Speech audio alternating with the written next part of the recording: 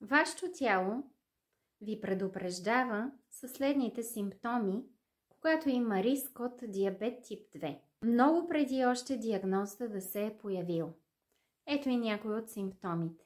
Често уриниране, постоянна жажда, умора след хранене, наднормено тегло, особено в областта около корема, повишени триглицериди. Фактори според холистичните науки за появата на диабет тип 2, това е стреса и тревожността, заседналия начин на живот, недоспиването, нездравословното хранене и потиснатите емоции, като гняв, вина, тъга, липса на радост от живота, прекомерна отговорност към другите и липса на грижа към себе си, както и страх от бъдещето.